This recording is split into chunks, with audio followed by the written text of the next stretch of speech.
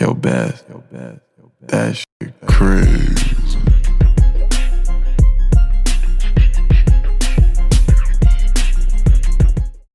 Welcome, everybody, to All Even Live exclusive. I am Barry Grant Jr., host of the All Even podcast.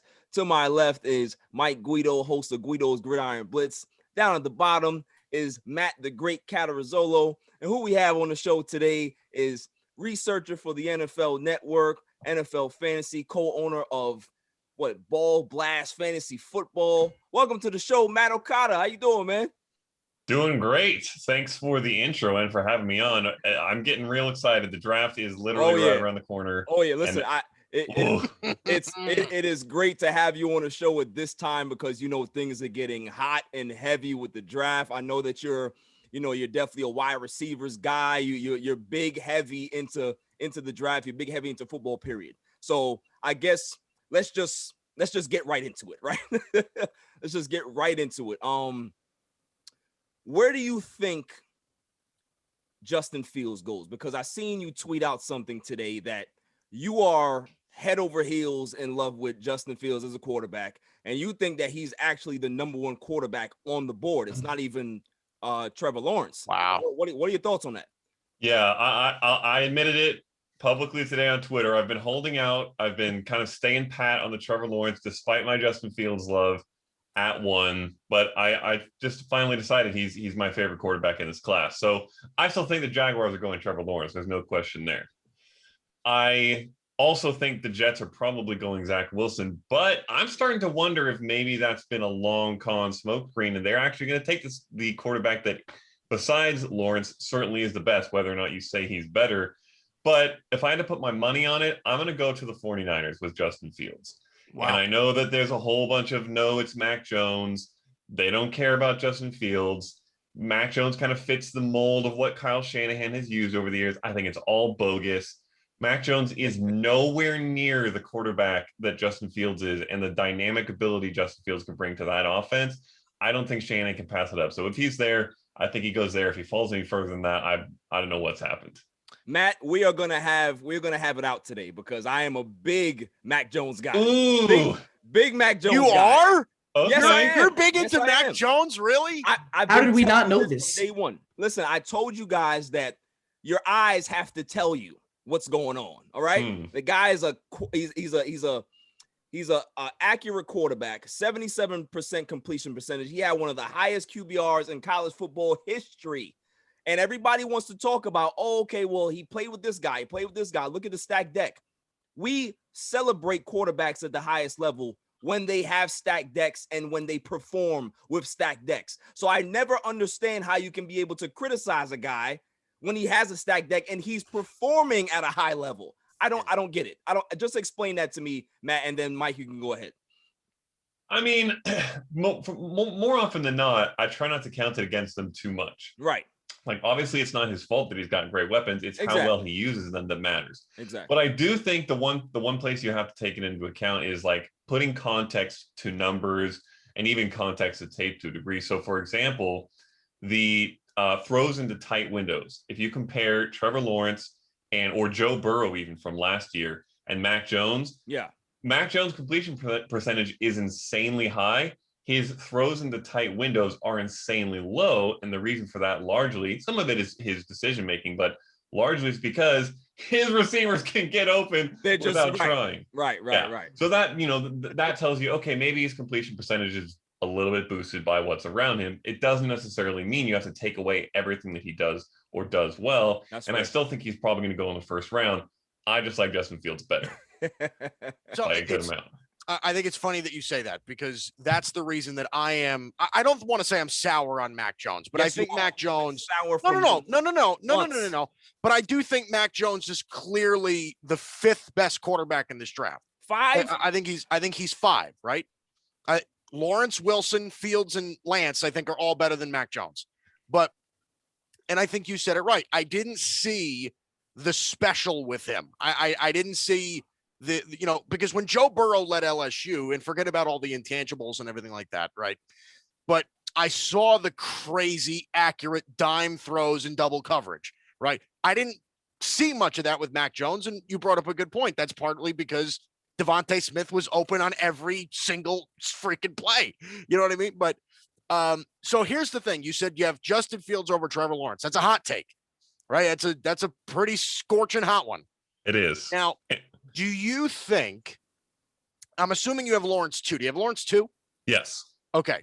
So is this more of a product of that you think that Justin Fields is of the elite ilk, right? Like he's of the Andrew Luck and the John Elway and the Peyton Manning and those guys. Do you think he's in that group, or does it have more to do with you're not as high on Trevor Lawrence as some of these other people are?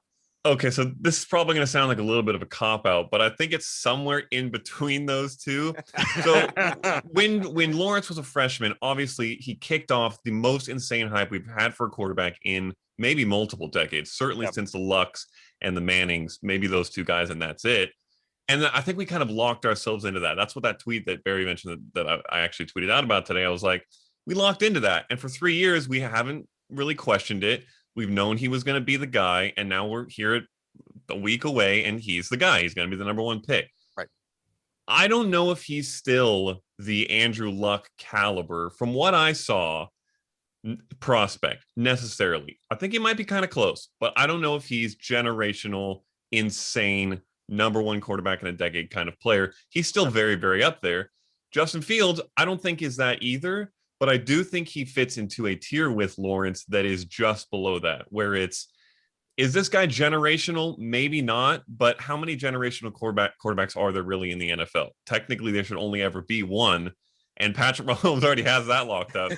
So right. I'm going to say that they're super elite and just short of generational, but yes, in his tier, and then the other guys are below that. Okay. I think one of the more interesting things about this draft is how unpredictable the top 10 in particular is going to be. I mean, we've already seen multiple trades with Philly and San Francisco. So even people that had mocks made up already have already shifted, and they might shift again come draft day or even on draft day. We don't know if a team like Denver is going to trade back in. We don't know if a team like New England's going to trade up. And maybe not even for a quarterback. We don't know. There's some interesting prospects here that some teams will jump up to get. And one of them in particular that sticks out to me that I see at least one team salivating for was the Philadelphia Eagles to trade up and draft for is a wide receiver. More in particular is Devontae Smith. And the thing with Smith surrounding him is, his size. He weighed in at 166. He's 6 foot. So my question to you is, how big of a concern really is Smith's size in the eyes of analysts, in the eyes of potential teams to draft him? How big of a deal really is Devontae Smith's size coming off of an incredible Heisman Trophy winning season? Man, you guys are asking the hard hitters. These are like the two biggest questions of the draft. Who goes at 3? Where does Fields go? And what about Devontae Smith's weight? So this is what it boils down to for me with Smith. Is he 166 pounds, which is so crazy slim that it would make him an obscene outlier if he succeeds at the NFL level, let alone succeeds at the level a lot of people expect him to do and live up to a top 10 pick? Yes, he is that slim. It would be that much of an outlier.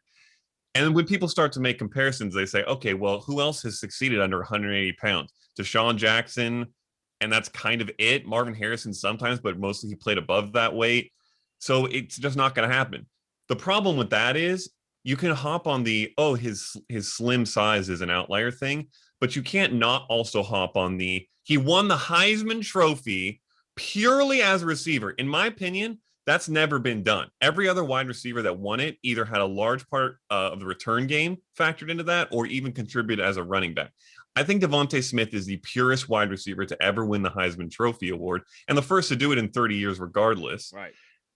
And his tape speaks to whatever other concerns you may have. Can this guy get off the line against press coverage against NFL corners? He was the best receiver getting off the line against press coverage in the SEC. No one could touch him. If they could touch him, maybe they could bump him off because he's so slim. They can't touch him. So what he does on tape takes away a lot of that concern. A lot of the other outlier things that we know about him takes away some of that concern.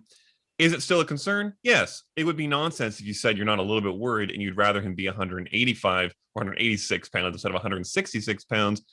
I still think he should be a top 10 pick. I still think he's going to be a wide receiver 1 at the NFL level. I still think he's going to have a bunch of 1,000-yard seasons. I think he's incredible. Barry, before you go, I want to ask Matt just this follow-up question. Do you think Devontae Smith would have still won the Heisman Trophy had Jalen Waddle not been hurt for most of the season? It's a good question. Chances are probably not, just because you need that amount of attention and those high of numbers to win the trophy as a receiver. Right. And if Waddle had been there, his numbers would have come down a little bit just because of targets. But I think tape-wise, he still would have looked like the same player, if not better, because that attention would have been less, and it would have been incredible either way. That's a great point, Matt. I mean, the thing with the weight with Smith is that, he's a kid. I mean, who knows in another year or two that he doesn't put on another 20 to 25 pounds of muscle. We've seen this happen. So it's like, for people to kind of use that as a reason to drop him in the draft really doesn't make much sense to me. He doesn't have his man weight yet, like they say, right? So, I still think, like you said, I agree with that he's going to be a top 10 pick. Now, I want to focus on Zach Wilson a little bit. I think, just in my opinion, you have Mike, you had Mac Jones at 5. Where do you have Wilson? I think I had him at 3. Okay, you have him at 3. I have Zach Wilson at 3. The problem with me is that, do you agree that the BYU, the competition was very low? He had that game against Coastal Carolina that he did not look good. That was the only legitimate game in that conference that they played. And I think he had like 217 yards, a touchdown, and an interception. He didn't look sharp. And, everybody can look good at their pro day, Matt. And for me, plus arm, all of that is cool. But he kind of gives me that Jay Cutler feel. Like he's okay, but he's not going to win you a ton of games or a ton of playoff games. Like, what is your thought process on Zach Wilson? Like, everybody they were gun ho and very excited about him after his pro day, but it's a couple of weeks have gone by now, and I don't see the magic there. So either you're going to convince me or you're just going to agree with me. You know what I mean? I mean, with Wilson, it's kind of an up and down, a high and a low kind of situation. It's different. In fact, it's a lot different from Mac Jones. I think Mac Jones might be a safer pick than Zach Wilson, even though Wilson would be my 3 and Jones also, from a draft perspective, is my 5. I agree there. But if you want safety, if you want Derek Carr, I'm probably taking Mac Jones. If you want Baker Mayfield, where maybe this guy is going to be trash, or maybe he's going to have flashes and all of a sudden look like a franchise quarterback, that might be Zach Wilson. I think he has the upside. I think he has the arm talent, some of the best in this class, actually, to be a franchise quarterback and to win a lot of games. But I think he also, like you mentioned, the BYU situation, the competition, we don't necessarily know if he will translate as well as Mac Jones is likely to translate. So he could be a little bit more reliable. Right. It's kind of a tough thing with Wilson. I don't think he should go 2. I think that's too high for this guy. I agree. But if he does, which it seems like he will, it's going to be interesting for the Jets. I think they could turn him into a star, or I think we could have he's not even a starting quarterback in 5 years kind of situation. And just be the same old Jets going forward. Yeah. Well, yeah, it's the scary part about Zach Wilson, right? Because he's 0-5 against teams that had 10+ wins. Like that's bad. He didn't play well against tough competition. But again, like the same argument could have been made against Patrick Mahomes, right? Patrick Mahomes had a losing record at Texas Tech. So we could go in a bunch of different directions there, and it truly goes down to the cliche point. Well, you just never know, right? Like it's true, but you never know. I tweeted something earlier today, and it was just a theory that kind of popped into my head as I was thinking about this. I was mock drafting earlier today, and I'll be honest with you, I'm only 20 picks deep, but I've never felt more confident about a mock draft in my whole life. I think I'm hitting every single pick nail on the head. Here's my theory, and I want to see if you can agree with this. I think that the Falcons at 4, what they do is entirely dependent on what happens with the 49ers at 3, because I think that the Falcons are only interested in a quarterback if it's Trey Lance. Okay. Terry Fontenot loves Trey Lance. Arthur Smith, however, wants to stick with Matt Ryan. So my idea is that if San Francisco takes Mac Jones or somebody like they take Mac Jones or Justin Fields, the pick for Atlanta will be Trey Lance. If for some reason, and again, I love Trey Lance is QB2 for me, but if the 49ers take Trey Lance, I think Atlanta takes Kyle Pitts and they opt to not take a quarterback. What do you think about that?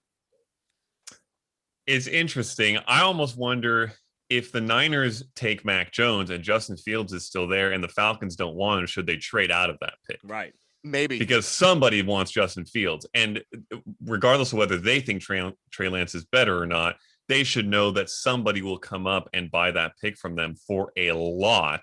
And probably one of the guys maybe down in like the Broncos at 9 or even the Panthers at 8. Right. And that's not that far of a fall. And you can still get maybe Trey Lance or maybe Kyle Pitts, depending on what happens over the next few picks. So that would be my take for them if Mac Jones goes at 3, or my take would be take Justin Fields. But if they're not going to do that, if they want Trey Lance, I would probably trade back. But I do think it will be an interesting situation for really the rest of the first round, what they do, because they could go either way at QB. They could go for their QB of the future. They could stick with Matt Ryan. So what they do there at 4 could really dictate what happens in the rest of the round. Okay, I'm doing it. Mike Barry, I'm sorry, I'm doing it. Don't do it. So don't do I'm it. doing it. I'm doing it. And Don't you do can't stop it. me. Don't okay. do it. Matt, Barry and Mike are Cowboy fans. Uh-huh. I'm a Giants fan. Okay. Make it all happen. All I've been hearing from these two, KP.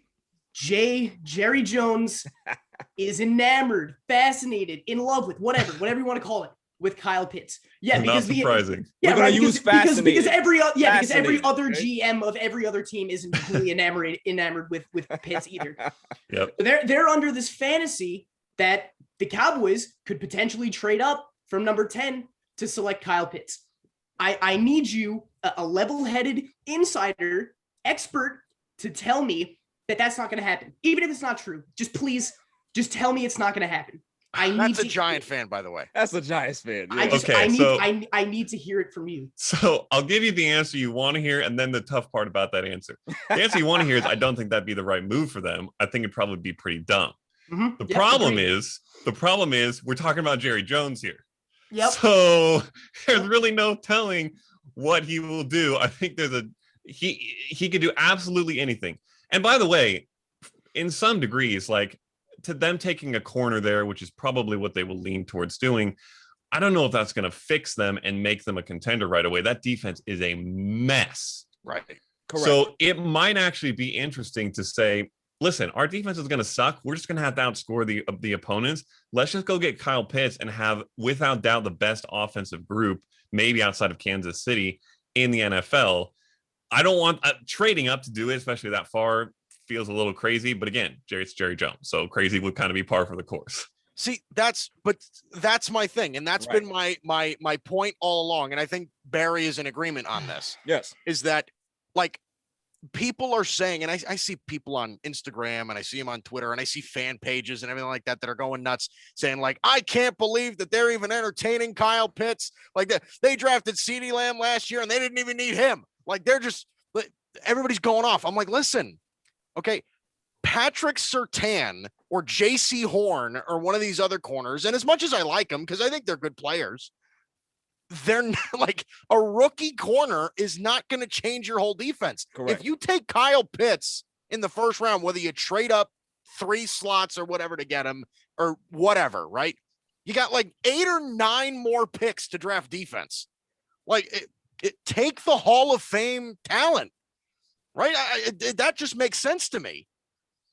Yeah, and I mean he is that good, and that's what's crazy. Like it's almost hard to say that doing anything for Pitts is crazy because of how good I think he is. Really, he might be like the only guy in this class that no one is questioning. Maybe Right, Lawrence. Right. Really, no one is questioning Lawrence. Right. But then we talk about all the other Chase or like maybe Jamar Chase too. Yeah, maybe Chase. I question some things about Chase, but I'm not to the point where I don't think he's a star in the making. Sure. But no one's questioning anything about Pitts. He is absolutely, unquestionably going to be a superstar. And so it's maybe hard to say that really anything is crazy for him. So maybe now I'm convinced too that Jerry might just be the right call to do it. Matt's my guy. Boy, sorry, Matt. That's my guy. Matt, still don't stick together here. All right. So Matt, this is a two-part question. So as a guy that loves the draft, you know, you always look at the prospects, you're looking at the teams. Are you a guy that more leans to teams should draft need, or if the best player on the board is there, they should just take him and figure it out? So here's how I'll answer this question, actually. I just wrote an article for Ball Blast Football, a site that I co-own, about rookie drafts for fantasy in dynasty leagues and the strategy for that, and the answering that same question. Should you draft for team need? Should you just draft the best player available? And what I kind of boiled it down to at the end is my opinion, and I think it translates, which is why I'm answering it this way, is that players should fit into tiers. Right. And if you have to drop down 2 or 3 tiers to meet your need, and your team is probably going to look completely different in 2 or 3 years before that guy's rookie contract is even up, and you've signed a couple other guys in free agency, and some of your draft picks from the 6th round have hit, and now you don't have that need as badly, or the guy who you're relying on got traded or retired all of a sudden, there's no way to know where you're going to be in 2 or 3 years. Right. So to make a choice where you fall down 2 or 3 tiers of players on your overall draft board in order to meet an immediate need, usually not a great idea. But if you're within a tier or maybe one, and you're saying, well, I like this guy better on my overall draft board, but this guy's in the same tier and he meets this need we really have right now, and we don't really need this 4th wide receiver, Jerry. I think I'm going to go ahead and take the need. So it's a little bit of a mix, and I think that kind of tier-based system, maybe it's how it should work in the NFL along with fantasy. I think it would be more effective than what some people do. I like that idea. And also, before you go, Mike, the wide receivers that are being talked about, obviously Jamar Chase, Devontae Smith, Jalen Waddle, but the guy that is turning my eyes every time I look at him, every time I see him, I'm just looking at him, Rondelle Moore, Matt. I think Rondelle Moore has the potential. He has AB potential to me. Do you agree with that? Do you agree with that? He is a high ceiling. He is big time, man. I think this guy, he's very compact, but explosive. What are your thoughts on that? I mean, explosive is without doubt the best word for Rondelle Moore. He is lightning in a bottle. He's in a small bottle, to be fair. Very small bottle. A little single shot glass, but it is a lot of lightning in that little bottle. Does he have AB upside? AB feels like a little bit too well-rounded and too much of a technician to say he has that kind of upside. I think he might be a little bit more like maybe he has Tyreek Hill upside. Okay. That's fair. Tyreek Hill does some things better than anyone in the NFL. He's not necessarily the most well-rounded receiver, but what he does well, no one can touch. Rondelle Moore has a couple attributes like that where I think he could potentially be the best in the NFL at those things, and that could make him an extremely elite wide receiver. Am I betting on it? Not really. To me, there's a few too many concerns with Rondelle Moore to get him that high. I do think he's potentially a fringe 1st-round talent, and I think that might be around where he goes. But I would lean towards back end of the 1st or early 2nd than mid 1st, which I think is where maybe people are starting to want him to go based off a lot of the hype that's rising. That's fair. Yeah, that's one of my things about Rondelle Moore. And again, I think he's uber talented. There's no question about that. His physicals are insane. Smaller guy, but he's lightning fast. He can do a ton of different things. I mean, Rondelle Moore is a little bit like who Laviska Shenault was last year. He can just contribute in a million different ways offensively. But the problem I have with him is that I watch his tape and okay, I can see Tyreek Hill, but I can also see Tavon Austin. You know what I mean? Yes. I can also see he just never gets anywhere. You know what I mean? So I think that's part of it. So how dare you put Tavon Austin on my man Rondelle Moore? Don't do that. Well, listen, I'm just saying. Don't do that, Mike. About Tavon Austin the same way, right? The shiftiness, the small guy, the lightning speed. He can do everything. We're talking about literally the same thing with Tavon Austin a bunch of years ago, and then he turned out to be a bust. Like no sugarcoating. That's So fair. here's my question to you, Matt, really quick. As far as wide receivers go, okay, Jamar Chase, I think, is the best in the draft. And I think the Bengals agree. Do you think the Bengals, despite the Joe Burrow injury, do you think they decide to say, hey, listen, Jamar Chase and Joe Burrow at LSU was magical? Do they do that route instead of taking somebody like Penny Sewell? Oh man, this whole top 5 or 6 is going to be crazy because I've never been more excited in my whole life. Like, there are just some the best, dude. Every pick has a huge pivot for what could happen next once we get past the Jaguars. Do I think they do it? No. I think that they probably stick with we have to protect our quarterback. They released the picture with all the new jerseys, and you can see the scar down his knee. Yeah. And now it's become a meme. And then there's the whole, well, you can have a great guy who's open down the field, but if your quarterback's on his butt, he's not going to be able to get the ball to that guy. Yeah. So I think that they almost might be peer pressured into taking Sewell here, even if they might prefer taking Chase. And I do think that Chase and also Smith and Pitts, if he's there, would all be better players by a good amount than Sewell is. But I think that most likely, and I wouldn't put money on this one because I'm not too sure, but I think most likely they kind of cave to the pressure and say, okay, we're going to protect you, Joe.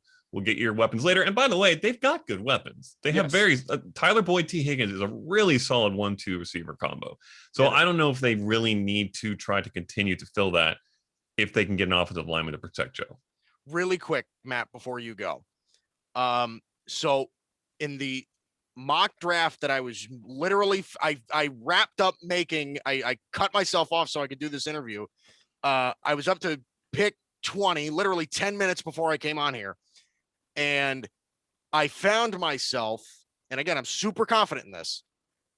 I had all 5 quarterbacks off the board in the first 6 picks. Woo!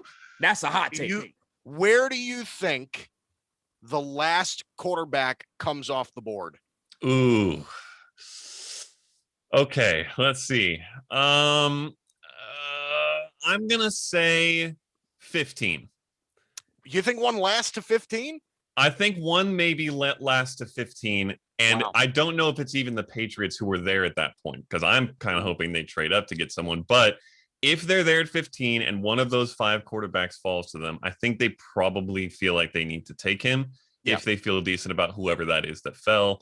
If it's Mac Jones, I feel like that's more likely than maybe if it's Trey Lance. But Belichick has shown an interest in maybe getting one of these more dynamic players, so maybe he would go that way too. But yeah, I think it's possible. It really depends on what the Falcons do. In my opinion, the Falcons it'll ride on the Falcons, because if they don't do that, then it doesn't put as much pressure. If they don't take a quarterback, it doesn't put as much pressure on the teams at like 8, 9, 10 in that range. And then I don't think the Eagles are taking one. No, get that crap out of here. They have put themselves in a corner. They're not going to do it. They're not. So I don't think one goes there, and then you're not getting one into LA to the Chargers at 13 or the Vikings at 14. So I think the Broncos probably take one, but if the Falcons don't, I think that leaves one quarterback down to 15. Okay, not crazy. Is it crazy to have 5 going? Yes. No, I don't think it's crazy. I don't think it's crazy either. That's all I wanted to hear. You're all 3 of you are nuts. All right, all 3 of you are nuts. Not gonna happen. I mean, NFL teams are nuts. That's what's nuts, is that they're gonna force these quarterbacks because they're desperate for one, even though he might be a 2nd-round talent. And because of next year's class is not so hot, so they're trying to get in on this one now. So I agree.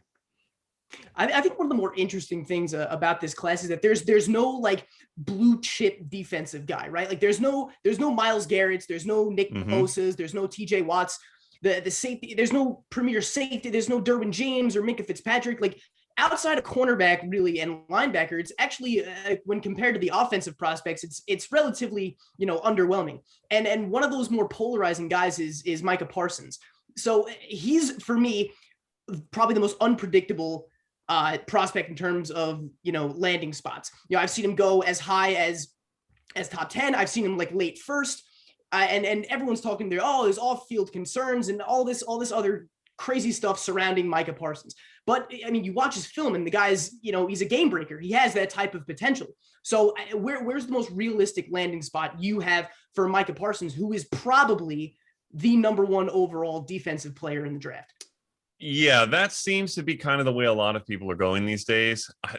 It's like you said, since there's no one really elite, I think I'm sure that there's probably 7 or 8 different defenders that are at the top of different teams' boards for the top defenders. So it's really hard to say. With him, I could see the Cowboys going that way at 10. I could see maybe the Titans going that way at 22. Honestly, and that's the thing, like you mentioned, the range, it's so wide that almost any team could want to go that route. And he's a player who probably most teams could use in some way because I feel like he's pretty versatile. So it's really hard to pin him down anywhere. I don't have an official like landing spot for him yet. I did one mock draft. I'm trying to remember where I sent him. Maybe I'll look it up while you ask the next question. But yeah, it's going to be tough to pinpoint where he goes. Definitely. So, I'm a Cowboys nut here, Matt. Here's a scenario for you. 10 comes around and my boy Trey Lance is still on the board. Oh, this is getting interesting. Now, we all know that Belichick would want to move up and, talk about things, and Jerry says no.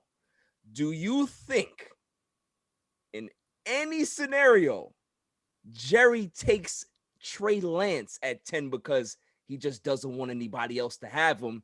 And at that point, it's more of like, okay, if I don't use this kid, I can be able to now trade him for more capital. Is that like we all agree to? This is a crazy draft. We're crazy? Hold sure on, that the three of us are crazy? It's a scenario. Hold on. It's a snenario. That's all I'm saying. Because on some boards, I've heard that Trey Lance could be able to drop in to 15, 16. And me, I'm thinking it's crazy. So with that scenario, what are your thoughts? Well, first of all, Looney Tunes. I do think he could be the guy that falls. That's what I'm saying. Because I think overall an NFL team is likely to pounce on Mac Jones sooner than they are on Trey Lance because there's more question marks. Right. He's not the prototypical guy necessarily that NFL GMs are used to. So if someone falls, I think it could be him. To your question about Jerry, it's the same answer I gave before, right? Would that be nonsense? Yes, it would be nonsense. You've got Dak Prescott. There is no need to go any other way. Lock up Dak and run forward with the offense you've got. But the picks after Dallas are the Giants and the Eagles. And if there's one thing Jerry loves to do, it's to screw over the other teams in his division. So if the Eagles, maybe that's why the news is cropped up. Maybe the Eagles are trying to get Jerry to do this and be stupid. But if the Eagles news continues to heat up that, we're not so sure about Jalen Hurts, maybe we'll take a quarterback there. And the Giants are like, well, we could be in the market for a quarterback. You never know. We got Daniel Jones and we believe in him, but if there's someone good there, maybe Jerry will say, no, you're not. I'm taking him.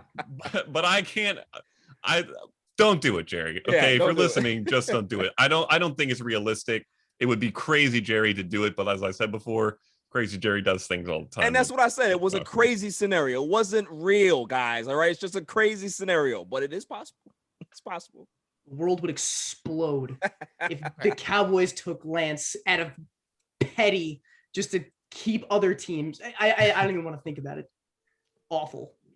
Jeez, I want to do a live mock right now. I'm so excited. It's so bad. So it's funny because we keep talking about how crazy this draft is going to be, and I think we can all kind of agree with that. I'm so kind of. Is the draft going to get boring after like 10? Because you think like there's no more blue chippers, there's no crazy defensive players left, right? Because you're talking about Kwity Paye and. You're talking about Jeremiah Owusu-Koramoah and guys like that. Like those are the guys that are going to end up getting drafted.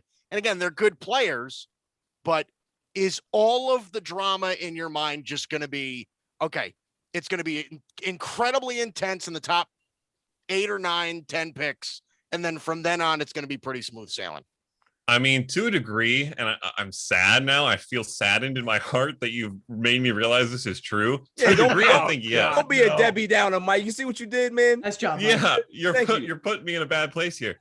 To a degree, very possibly. My hope, and this is maybe largely because I'm a wide receiver guy, but my hope is that the depth at wide receiver in this class keeps it interesting for a while, because there's a dozen wide receivers I am really excited to see where they go. And so I'm probably going to get to watch that into the second, third, maybe even fourth round, and still have guys that I'm really interested in. Yeah. So I think that'll keep the excitement up for me. But if you're not into wide receivers, once we get past the top 10, it's certainly, I mean, to a degree, that's how most drafts are. Once you get past the top 10, that it's a little less exciting. But to Matt's point about defensive players, that kind of falls off when all the quarterbacks go that early that we're interested in. To a degree, that will fall off. And there's a couple other guys that will probably get drafted in the second or third round at quarterback, but they're not going to be drafted as starters most likely. So yeah, to a degree, I feel sad now. So here's my thing. So I'm a crazy draft nerd, and I have been for years. And it's just something that I'm crazy into. So if people are going to say, like, okay, well, once all the quarterbacks are gone, I might as well just change the channel. I'm just like, dude, but Indianapolis really needs a guard, and I want to see if they draft a guard. Like, I find that stuff incredibly interesting. So, but do you think it kind of changes? Because I think the wide receiver position is incredibly exciting.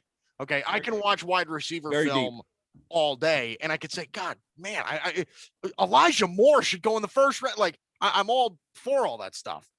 But do you think the excitement and the intensity of a draft changes based on what the strength of the class is? So like if the strength of the class is wide receiver, it's more exciting, as opposed to, well, there's about 10 like day 2 centers in this draft.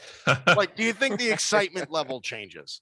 Yeah, probably it does. And the problem with quarterbacks, because they're exciting, is that they all go at the top and then they're all gone. So Right. while they're the most exciting position for the general draft watching fan, but if they're all gone in the first 10 picks, then we get into that scenario you just talked about. So yes, I think the position does play a pretty big part. One thing that I do think also can help is to kind of bring up the hope of the next couple of rounds, is I feel like there's some teams that are like on ascension right now, coming from places where they've been stuck in crap town for a while. Teams like maybe even the Jaguars after they take Lawrence. I think they're actually maybe shaping into a good team, new head coach. The Dolphins are suddenly looking like they may be division contenders. Oh yeah. Pretty often. The Bengals, they have their star quarterback and they're building around him.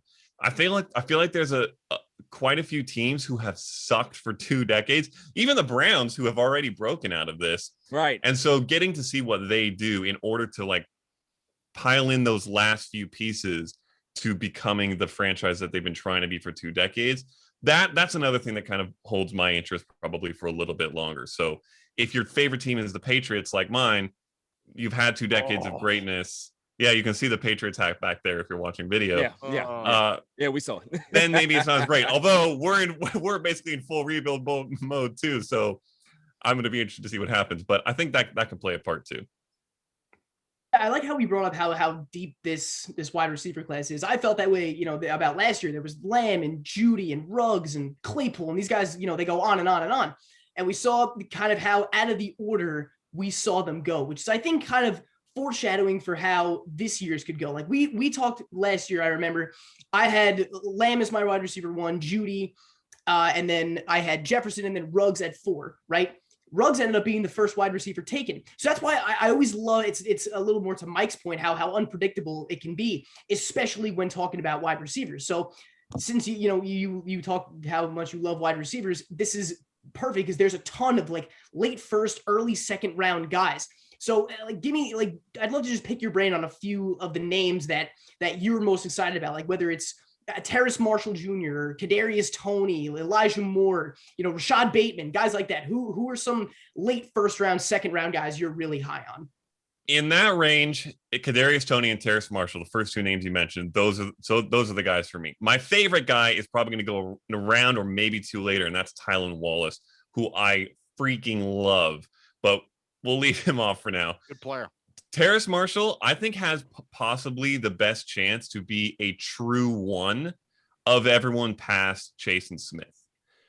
I think that he profiles in that kind of mold better than a lot of these other guys. He's one of the bigger of this very small class, and I think that he's shown the ability to be a one with Chase out. And then Kadarius Toney is going to be really interesting where he goes, because early on in the draft prep process, there was a lot of places or a lot of mock drafts that had him going like mid first round or late first round. And now I feel like the hype has kind of cooled a little bit. But I think Kadarius Toney could be insane. And the main reason is when I watched the tape this year and I took all my scouting notes and I watched 2-3 dozen receivers, I put on Toney nastiest route runner in the class. And does that mean he's the most nuanced route runner, the craftiest route runner? Not necessarily. Devontae Smith is going to blow everyone out of the water in that regard. But in terms of pure nastiness, plant your foot in the ground, put the DB on skates, you're going the other way before he even knows what happened. Kadarius Toney is disgusting in that way. And he's a quarterback who switched to wide receiver midway through his career. And when asked what his number one area of improvement will be at the next level, he said his route running.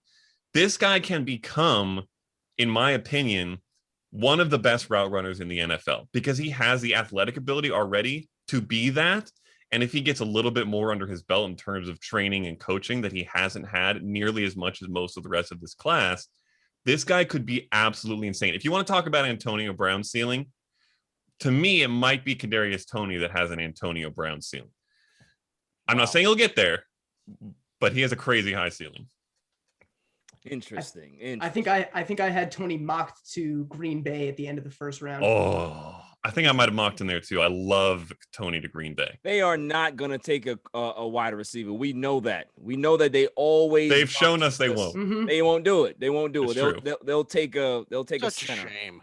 or It guard. really It is. Such It a is. shame. Yeah. All right. I'm a big USC fan, Matt, and you didn't mention my guy. Oh, I love him. You didn't mention my guy, so you hurt my feelings over here. St. Brown. Where do you have him going? Where do you have him going? So the reason I didn't mention St. Brown is because I feel like he's probably a more of a late second guy. Okay. And the setup I was given was late first, early second. At least I think that's what the setup was. Right. Be fair, Barry. But believe me when I say I love St. Brown. Yeah. I think he is the perfect wide receiver too. Yes. The best wide receiver two you could ask for. A team, even like the Packers, which they won't do. Maybe they can do it in the second though, which would actually be maybe the better move for them. It'd be better, right. To get a guy who can be a perfect 2-1 like Devontae Adams, that would be an absolutely ideal landing spot for St. Brown. I think he's a great runner. I think he's an extremely route runner, extremely well-rounded wide receiver, and he can slot into a 75 catch, 1,000, 1,100 yard role and make an NFL team better. That's what I'm hoping for him. I really do like him. I don't know if he'll go fringe first round though. Okay, that's fair. If he gets drafted by the Packers, they'll have 2 St. Browns. Yes. You gotta love that. Equanimous St. Brown, then Meredith honor Street. St. Brown. That wouldn't be terrible. So I have 2 questions. My second one is going to put you on the spot. Ooh. My first one I think is a little bit easier, but it's something that I'm really interested in. And I don't know why I'm talking about the Bengals so much because I'm not a Bengal fan or anything like that.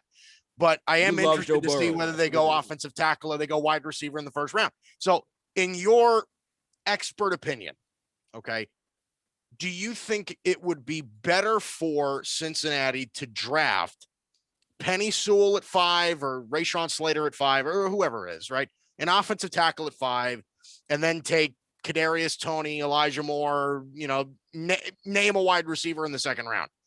Or do you think it would be better if they took Jamar Chase in the first and then an offensive tackle like Samuel Cosme or who am I missing? Tevin Jenkins. He'll probably go first, but you know what I mean? Somebody like that in the second round to complement Joe Burrow that way. I think just because of the depth of the receiver position and the perceived less depth of the offensive line, offensive tackle position, and I would say not even perceived. It is less deep just because wide receiver is insanely deep this year. I would probably go with the guy that pretty much everyone agrees is the best offensive lineman in the draft. Get that, lock that up, and then have your choice of any number of good guys. All the guys you mentioned, maybe a guy like De'Ami Brown even. Yeah. My guy, Tylan Wallace, will be available probably 2 or 3 rounds later. Rondelle Moore might be available deeper into the second round. To be able to get a guy like that, who you don't need to get an elite one, because in my opinion, between Boyd and Higgins, you already have the makings of a great 1-2 punch. Right. Just add another guy who maybe brings some more dynamic ability, maybe a speed guy to kind of fill out that wide receiver core, who you can easily get in the second, third, maybe even fourth round, and have your offensive lineman locked up at the top of the first. That would be the way that I would go for them. If they go Chase first, they'll have arguably a much better position, skill position player there. But I think that the drop off they'll have to offensive lineman is probably bigger. Okay. Here's the second thing. Okay. Oh yeah, the tough one. The Jags go Lawrence at 1. Let's say the Jets take Wilson at 2. Who goes 3? One word. Fields. Who goes 4? Oh boy. Who goes putting you on the spot? Yeah, who goes 4? That's the real tough one. Who goes 4? I'm gonna say it's a trade. Oh. Well, no, because Lance is there. So maybe they just take Lance. Oh, you know what? I'm gonna give him Lance. Okay. I think that the top 4 quarterbacks thing is too fun and interesting. I'm gonna give it to him. Let's start the draft off with 4 quarterbacks. Nice. 5. Sewell at 5. 6. Probably, if there's so many good. There's Chase, Pitts, or even Smith. Any of those would be such a good pick. I'm probably going to say Chase because I think he's probably the most likely desired by Miami. I would prefer Smith over Chase from the receiver standpoint, and I would probably lean towards Pitts just overall. Of course, they have Gesicki, but then you get into that, well, the positional need, et cetera, et cetera. Right. That's the situation, actually. It's a really good example of a situation where I would probably say the positional need maybe takes me away from Pitts, even though I think he's the best player of those 3 and tells me to get a receiver. I agree. Probably receiver there. I'm going to take you all the way to 10. 7. Oh, my gosh. 7? Carolina. What way does Carolina go? Well, this is Detroit at 7. Is it? Oh, yeah. I'm looking in the second. Detroit. Okay, who did I give? I gave Chase to the Dolphins. I'll give Pitts to the Lions then. Damn. All right. Okay. Carolina. Now it gets interesting. Carolina's interesting. Carolina could be a Parsons guy, maybe. I'll give Parsons to Carolina. Why not? Okay. Okay. Broncos at 9. Quarterback.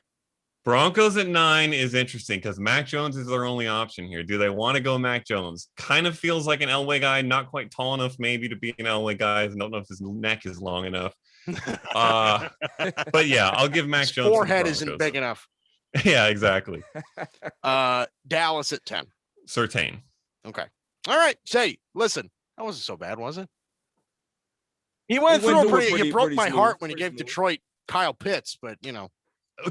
Honestly, if I'm Detroit, I'm trading out of that because I need so much. But if you've got Kyle Pitts there on the board, I don't know if they're able to do it. All right, Mike, your top 10 mock draft actually worked out pretty perfectly because this segues right into my question. My Giants are at 11. They signed Kenny Golladay. They got a bunch of good defensive guys, right? Adoree Jackson. You got a full season healthy of Xavier McKinney coming back next year, right? What are they going to do at 11? If given the top 10 people that you already had are gone, right? Pitts, Chase, Smith, they're all gone. Okay. Slater is still there. Waddle is still there. Okay. Parsons is potentially still there. Vera Tucker. What do you think that? Yep. AVT is still there. What do you think they do? This is another tough one. I've heard the recent Smith rumors. Have I given Smith to a team yet in this? I don't think so. On the fly draft? Okay. No, it wasn't. So to me, I think here is either Smith or Waddle, which is pretty funny because which one from the same team do you want? Right. Pick your poison. And it's what they want to go for. Do they want a speed guy who, by the way, I think can do a lot more than speed, but that's his main attribute in Waddle? Or do they want a Craftsman and Smith? To me, I think Waddle probably fits a little bit better. I would take Smith above Waddle by a good amount personally, but I think for the Giants, I would probably lean Waddle. I wouldn't be surprised if they went Smith. I do think they probably still try to go receiver here, even with the Galladay addition. So I'll probably give him Waddle here. Nice. And that's sweet. Like, freaking Daniel Jones to go from Sterling Shepard and Darius Slayton, to Kenny Galladay and either Smith or Waddle would be the biggest jump we've seen for a guy in a single year ever. And he still has those two guys. Yes, he does. And those guys are solid 3 and 4. They're not bad either. Yeah. Kyle Rudolph, Saquon coming back healthy. It's a nice watch out. Not bad. Watch out. Especially because Evan Ingram has stone hands. Yeah. What a rough situation. Okay. So Matt, I am fascinated with the whole cornerback situation with Caleb Farley, Patrick Surtain, and JC Horn. Surtain and Horn, they have NFL pedigree, right? And for me, I think JC Horn has the bigger upside. And the reason why I say is because his father was a wide receiver and he's getting that type of knowledge from the other side of it. Do you see that? Like, who is your cornerback? Like, I know you put Surtain at 10, but who has the highest upside? Like, Surtain may be good now, but who's going to be the guy out of those three? Ooh, I think I would probably lean Farley by a hair. Wow, really? By a hair over Horn. Well, so I'm not counting Surtain. I feel like I'm putting him at 10. I'm going between Horn and Farley. Oh, okay. I got you. Yeah. I think Farley might have the higher upside, but I think Horn might be the safer and more reliable pick. That would probably be the way I would go. So I think they're both good options. If I'm trying to pick a one now that I want to contribute, if I'm the Cowboys and Surtain somehow is already gone, I would probably lean Horn.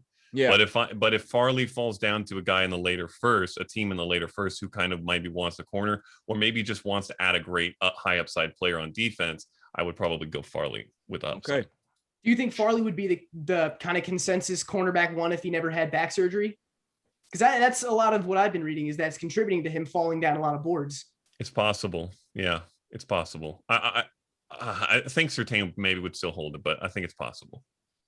So do you think that Dallas at 10, right? And we're slamming you with Cowboy questions because, well, sorry, we're Cowboy fans. I work for the NFL Network. We have one rule: if nothing's going on, talk Cowboys. Right. Talk about the Cowboys. Right. Exactly. So I'm used to it. Exactly. So I think if they stay at 10, right, and they don't do something crazy like trading up for Kyle Pitts, right? if they stay at 10 and Kyle Pitts is off the board and you got your choice of corners, now do you think the Cowboys should definitely go corner, or do you think if somebody like Rashawn Slater's on the board with Tyron Smith getting older and very, very hurt, would somebody like that be a reasonable choice? Somebody like Micah Parsons, or maybe even the direction of a pass rusher, Kwity Paye, Jalen Phillips, Greg Rousseau. Is it definitely corner at 10, or do you think they could look in another direction? I don't think it's definitely corner at 10, and mainly because of the reason I said earlier. I don't think a corner fixes your team fast enough for where the Cowboys are right now. Now, does Slater do that necessarily? Probably not, but maybe a little more likely to. That defense, like we talked about, like the gap between where they are now and where they need to be to contend as a defense is so big that a corner can't bridge it. Whereas we know the offense is going to be good, shoring up an offensive line that is kind of on the decline or starting to fall apart might be the safer pick to just lock in that offense and keep Dak safe. Or pass rusher could be interesting. I think Daniel Jeremiah, who's one of my favorite analysts, currently has Kwity Paye going at 10 to the Cowboys. So a pass rusher could be interesting there. But that's not going to fix the problem entirely. So I would maybe lean towards them trading out. If they stay, I think they probably take a corner. is the best decision to take a corner. Maybe not. Maybe it's to take a guy like Slater. But I think the better option would be to trade back. I think there's more offensive lineman depth. Get back a little bit more. Take one of the guys in the late first and get some more stuff to help shore up the defense. Yeah. Just a really quick react before I give you the final question. Okay. Really quick reaction to the Cowboys, to DJ drafting Kwity Paye to the Cowboys.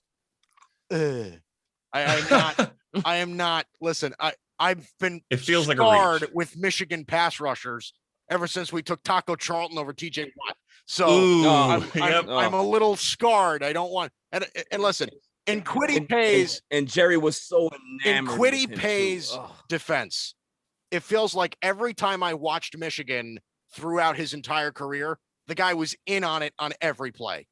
Like he was in the backfield every play, Kwity Paye. Yeah. And you could play him anywhere on the D line. Like he's not just an edge rusher. The guy could play, defensive tackle if you need him to. Like he's good player. But again, Michigan defensive end, you're already out.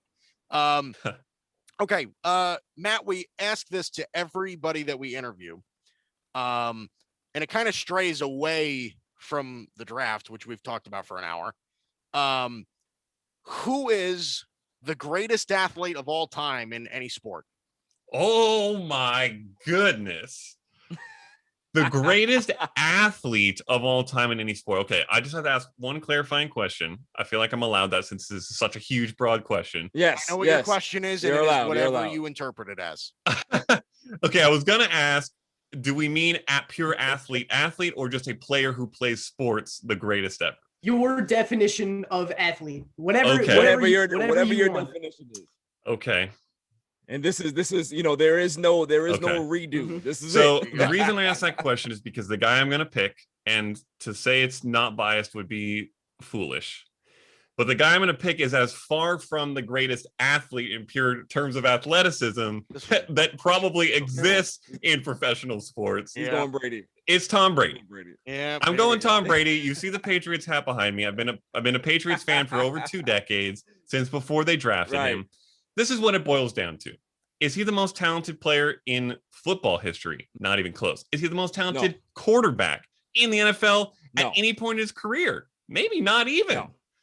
But is he, when we talk about greatest, okay, greatness for me boils down to your impact, what you did to the sport, what you did for the sport, how incredible you were overall as a winner in that sport, because that's what sports is about. It's about winning. Unless, there's some sports where it's an individual game. It's maybe more about showing your own personal ability, but in a team sport, it's about winning. That's why for me, it's always going to be MJ over LeBron. Is LeBron a better athlete? Would he beat MJ in his prime in a one-on-one? Probably. I would probably take LeBron there, but MJ is the GOAT for me. It's the same thing for Brady. What he did Super Bowl wise will never be touched, and he's maybe not even done, which is disgusting. It will never be done. Yep. Yes, he had a great coach and some good defenses, but what he did offensively with a mess most years was incredible. And then when you gave him Randy Moss, look what he did. He is the greatest, in just pure terms of greatest athlete, in my opinion, I won't say by a large margin, but solidly overall. Is that our second Brady, Mike? Our second Brady. It's our second Brady in a row. So just to give you guys an idea, we've had 2 Tom Bradys. They've both happened back to back. And we've had 2 Serena Williams. They happened back to back. A great call. We've had 2 Michael Jordans, and they've happened back to back. Another great call. So all of the repeat answers that we've had have all been back to back. Right. And I will just throw one thing out there in terms of those 2 names and a lot of the other names that come up. If there's still a debate in your sport about whether you're the GOAT, I don't think you can be the number 1 overall GOAT. Nobody questions anymore that Tom Brady is the NFL GOAT. It was a question 4 or 5 years ago. No one questions it anymore. MJ maybe barely even gets 50% of the vote anymore. LeBron is a toss-up with him in most people's mind. Serena, obviously, in women's tennis, there's no debate, but there's a couple guys in men's tennis who could be in the conversation. And if you count tennis as a whole sport, then Serena's maybe not as clear of a winner. So, Like if you go to swimming and you have Michael Phelps and it's not even close, he has a better chance, in my opinion, based off that criteria. So that's one of the ways I choose Brady over the Tiger Woods in Tiger golf. Woods, I don't really think there's a question either. It's just, yeah. And I think you have a good point. I think you have a good point there. You know what's funny about this?